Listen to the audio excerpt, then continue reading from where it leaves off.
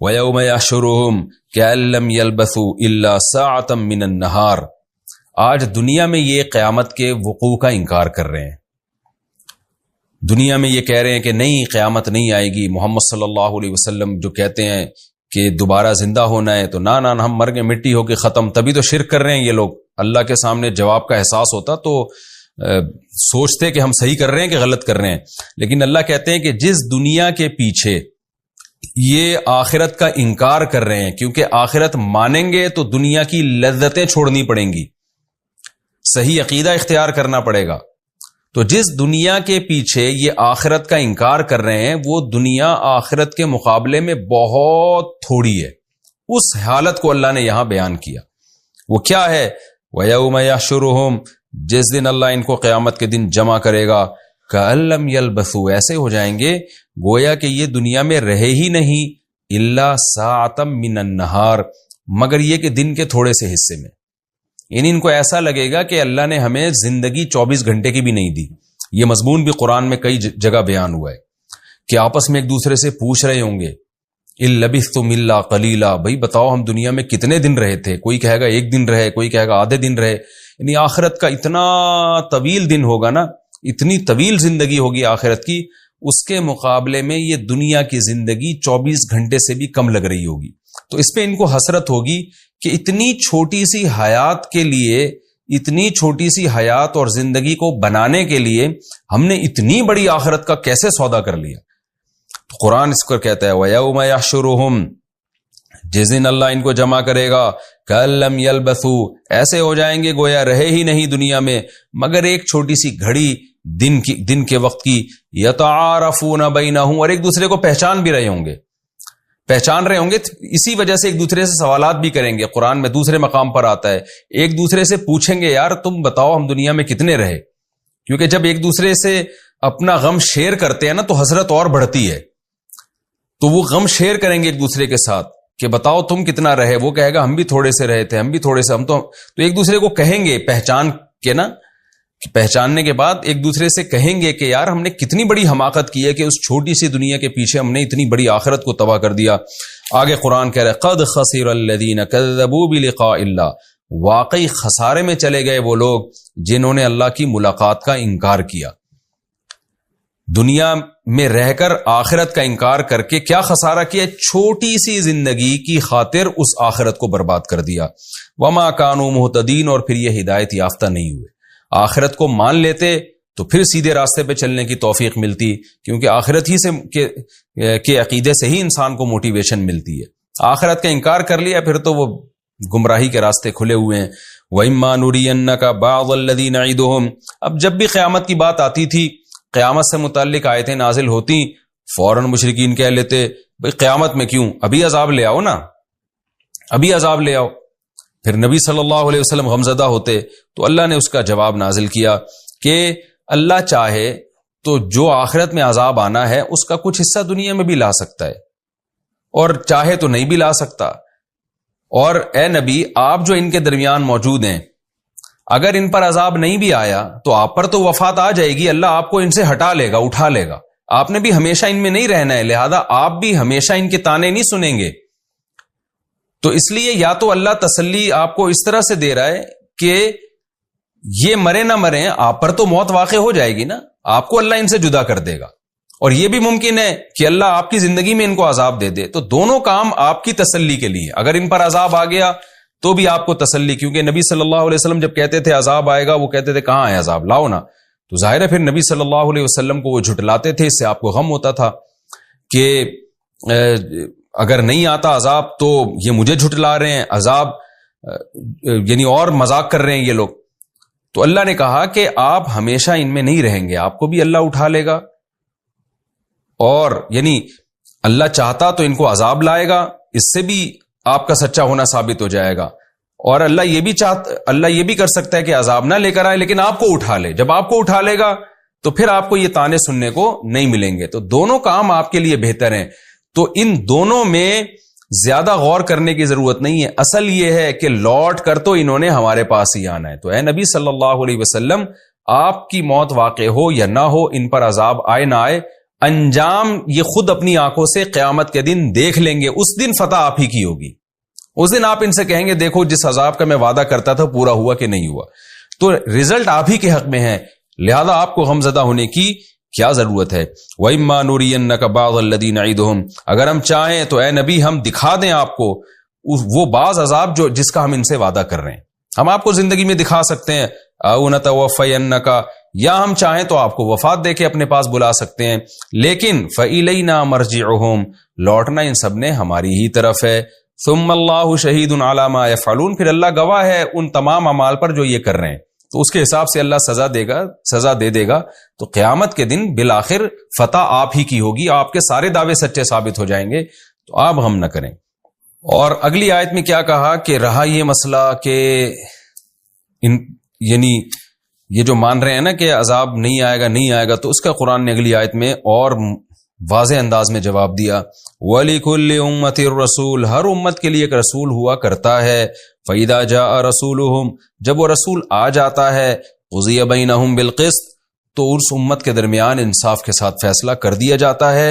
وَهُمْ لَا يُظْلَمُونَ, اور ان لوگوں پر ظلم نہیں ہوتا, جتنا گناہ ہوتا ہے ویسی ہی سزا ان کو دے دی جاتی ہے. تو یہ فیصلہ ان کے درمیان جو کر دیا جاتا ہے یہ کبھی رسول کی زندگی میں ہوتا ہے, کبھی رسول کی دنیا سے جانے کے بعد ہوتا ہے. تو اے نبی آپ بھی تسلی رکھیے, آپ کو اللہ نے ایک امت کی طرف رسول بنا کے بھیج دیا, تو اب ان کا فیصلہ بھی اللہ کر دے گا. تو یہ جو کہہ رہے ہیں نا کہ فیصلہ نہیں ہوگا, ایسا نہیں ہے, اور اللہ نے کر دیا. یہاں ایک اشکال ہوتا ہے کہ یہ جو قرآن میں آتا ہے وَلِكُلِّ أُمَّةٍ الرَّسُولُ, ہر امت کے لیے ایک رسول ہے, لیکن قرآن کی اور دیگر آیتوں سے پتہ چلتا ہے کہ ہر قوم میں رسول نہیں آیا. قَدْ جَاءَكُمْ عَلَى فَتْرَةٍ مِّنَ الرُّسُلِ, قرآن میں ہے نا کہ محمد صلی اللہ علیہ وسلم جو آئے ہیں عیسیٰ علیہ السلام کے بعد بہت وقفے کے بعد آئے ہیں, تو بیچ میں کتنی قومیں ایسے گزری ہیں جن میں رسول نہیں آیا.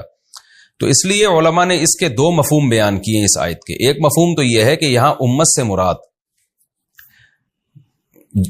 سے یہاں مراد ہے کوئی مخصوص قوم مراد نہیں ہے, بلکہ بعض امتیں تو ایسی ہیں جن میں براہ راست رسول آئے, اور بعض ایسی ہیں کہ وہ رسول کے دنیا سے جانے کے بعد جو ان کی اولادیں پیدا ہوتی رہیں تو وہ بعد والے بھی اسی رسول کے پابند تھے. مثال کے طور پر آج کتنی ساری قومیں ہیں, امریکن بھی ایک قوم ہے, پاکستانی بھی ہیں, اور انڈین بھی ہیں, افغانی بھی ہیں, کتنی قومیں ہیں, لیکن ہم سب کے لیے محمد صلی اللہ علیہ وسلم ہے. حالانکہ وہ تو ہم میں نہیں آئے, لیکن کیا مطلب آنے کا کہ رسول جب 1400 سال پہلے آئے تو ان کی شریعت قیامت تک آنے والے انسانوں کے لیے, تو یہ تمام کے تمام انسان یہ ایک ہی امت ہیں, یعنی کیونکہ نبی صلی اللہ علیہ وسلم ہی کی امتی کہلائیں گے یہ سارے کے سارے.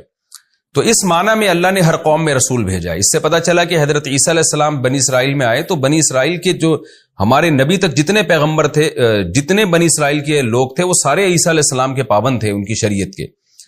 تو ایک مفہوم تو یہ بیان کیا گیا ہے. دوسرا مفہوم یہ بیان کیا گیا اس سے لکل امتن سے مراد مخصوص قسم کی امتیں, وہ امت جس کو اللہ نے شریعت کے تفصیلی احکام کا مکلف بنانا چاہا.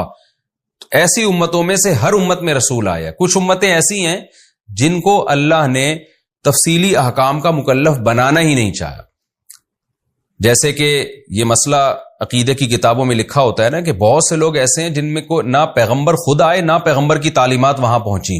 آج بھی دنیا میں ہو سکتا ہے بہت سارے علاقوں میں ایسے لوگ ہوں کہ جن کو نبی صلی اللہ علیہ وسلم کے بارے میں علم ہی نہ ہو.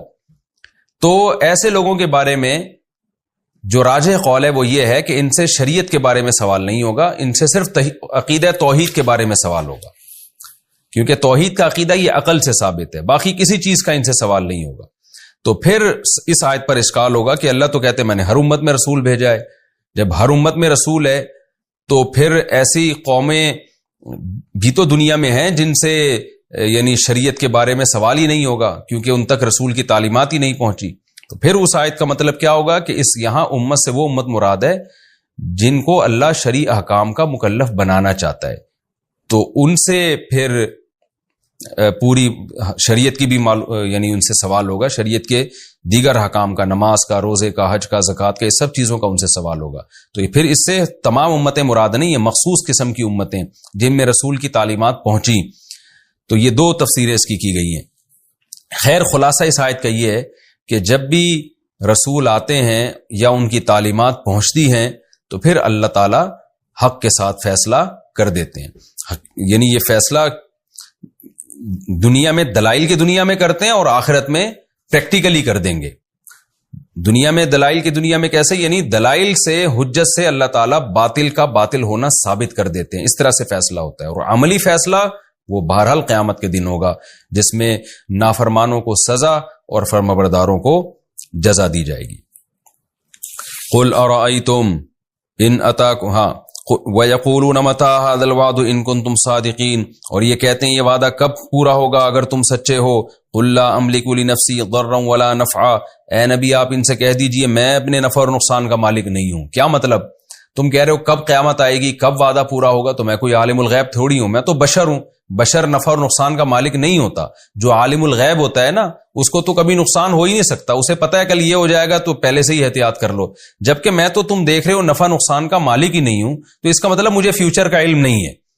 تو یہ اس طرح سے ثابت کیا جا رہا ہے کہ علم غیب کی نفی. تو جب میرے پاس علم ہی نہیں ہے تو مجھے کیا پتا کہ کب قیامت آئے گی. الا ماشاء اللہ، ہاں اتنا مالک ہوں جتنا اللہ نے اختیار دیا ہوا ہے. وہ اسباب کے درجے میں تو کچھ نہ کچھ اختیار اللہ نے انسانوں کو دیا ہوا ہوتا ہے. تو جتنا انسانوں کے پاس اختیارات ہوتے ہیں وہی میرے پاس بھی ہیں، اس سے زیادہ میں مالک نہیں ہوں. لکل امت اجل، لیکن ایک بات میں جانتا ہوں کہ ہر امت کے لیے اللہ نے ایک وقت متعین کیا ہوا ہے، اس سے زیادہ اللہ اس کو مہلت نہیں دیتے. اذا جاء اجلهم، جب وہ وقت مقرر آ جاتا ہے، فلا يستأخرون ساعة ولا يستقدمون، تو پھر ایک سیکنڈ بھی وہ آگے پیچھے نہیں ہو سکتے. تو تمہارے ساتھ بھی ایسا ہوگا.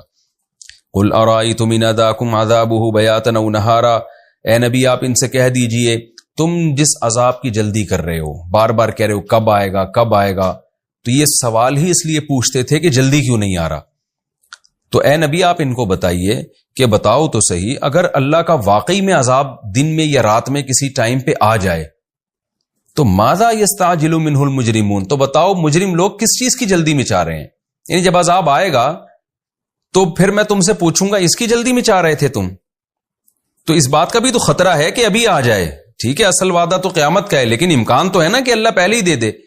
تو پھر اس بات سے تمہیں ڈرنا چاہیے کہ واقعی میں اگر آ گیا تو ہم پھر یہی کہیں گے کہ یار یہ مجرم لوگ تم کس چیز کی جلدی کر رہے تھے. یہ ایسا ہی ہے نا کہ آپ کسی کو تنگ کرنے کے لیے کہہ رہے ہو کہ تو بھائی مجھے سزا کب دے گا، کسی بڑے آفیسر کو آپ پولیس والے کو کہہ رہے ہو بھائی تو مجھے کب ٹارچر کرے گا کب ٹارچر کرے گا، تو وہ کیا کہے گا بھائی جب میں کرنا شروع کر دوں گا تو خود سوچ کے پھر تو کیا سوچے گا کہ یار میں اس کی جلدی میں چاہ رہا تھا، میں اس کی جلدی طلب کر رہا تھا. تو یہ بھی ایک الگ انداز سے مشرکین کو سمجھایا جا رہا ہے، انسانوں کو سمجھایا جا رہا ہے کہ عذاب کے بارے میں یہ سوال مت کیا کرو کہ کب آئے گا. عذاب ایسی چیز ہے اس سے ڈرو اور بچنے کی کوشش کرو. بار بار یہ نہ پوچھو، یہ کوئی مہمان نہیں ہے، کوئی گفٹ نہیں ہے جس کے بارے میں پوچھا جائے کہ جی وہ کب آ رہا ہے. جیسے کوئی آپ کا محبوب آنے والا ہو نا تو بار بار آپ گھڑی دیکھ رہے ہوتے ہیں کب آئے گا کب آئے گا. تو یہی انداز مشرکین کہتے ہیں کہ اگر آ گیا تو پھر خود سوچو یہ وہ چیز تھی جس کی تم جلدی میں چاہ رہے تھے، اس وقت یہ تم سوچو گے. تو اس لیے یہ مت کہو کہ کب آئے گا کب آئے گا، یہ سوال مت کیا کرو. ثم اذا ما وقع، کیا پھر اس وقت جب یہ واقع ہو جائے گا، آمنتم بھی، اس عذاب پر تم ایمان لے کر آؤ گے. یعنی تم تو یہ کہہ رہے ہو جلدی عذاب آئے نا تاکہ ہم اپنی آنکھوں سے دیکھ لیں. تو اللہ کہتے ہیں کیا جب آ جائے گا اور تم اپنی آنکھوں سے دیکھ لو گے تو کیا اس وقت ایمان لے کر آؤ گے؟ تو کیسی بے وقوفی والی باتیں کر رہے ہو. اگر دیکھ کے ایمان لے ہی آؤ گے تو اس ایمان کا کیا فائدہ ہوگا؟ تو اس وقت اللہ تم سے کیا کہے گا؟ آل آنا، یعنی یقال لہم، یہ محذوف ہے، ان سے کہا جائے گا آل آنا، ابھی مان لے کر آ رہے ہو. وقد کنتم بھی تستعجلون، اس سے پہلے تو تم عذاب کی جلدی مچایا کرتے تھے مذاق اڑانے کی نیت سے. تو پھر کوئی اس وقت ایمان معتبر نہیں ہوگا. تو ایمان جب ہی معتبر ہے جب عذاب آئے بغیر اس پر ایمان لے آؤ کہ آئے گا، پہلے یقین کر لو. ثم قیل للذین ظلموا، پھر ظالموں سے اس وقت تو کہا جائے گا ذوقوا عذاب الخلد، اب اس ہمیشگی کے عذاب کو چکھو اور تمہیں اسی عمل کا بدلہ دیا جا رہا ہے جو تم کر رہے تھے. تو اس وقت مہلت نہیں ملے گی. اس لیے یہ سوال بار بار پوچھنا کہ کب آئے گا عذاب کب آئے گا، اس کے بجائے اس سے پہلے تیاری کر لو اس عذاب سے بچنے کی. وَيَسْتَنْبِئُونَكَ أَحَقٌّ هُوَ، اور پھر اے نبی پھر یہ مذاق اڑاتے ہوئے آپ سے پوچھتے ہیں کہ کیا واقعی عذاب سچا ہے. بہت یعنی بدتمیز قسم کے لوگ تھے جو بار بار نبی کو ٹارچر کرتے تھے. اتنی آیتیں نازل ہونے کے بعد بھی کیا کہہ رہے ہیں؟ احقن ہوں، کیا واقعی وہ عذاب سچا ہے؟ یہ جب کسی کا بہت مذاق اڑاتے ہیں نا آپ اور طنزیہ لہجہ اختیار کرتے ہیں، ضد اور ہٹ دھرمی والا راستہ اختیار کرتے ہیں، تو پھر یہ طرز ہوتا ہے. تو اتنا کچھ کہنے کے بعد پھر وہ مذاق میں کہتے تھے احقن ہوں، کیا واقعی وہ سچا ہے؟ تو اے نبی آپ ان سے کہہ دیجئے ای و ربی، ہاں ہاں میرے رب کی قسم، انہ لحق، واقعی اس عذاب کا واقع ہونا سچا ہے، لیکن اب تم مذاق اڑا رہے ہو.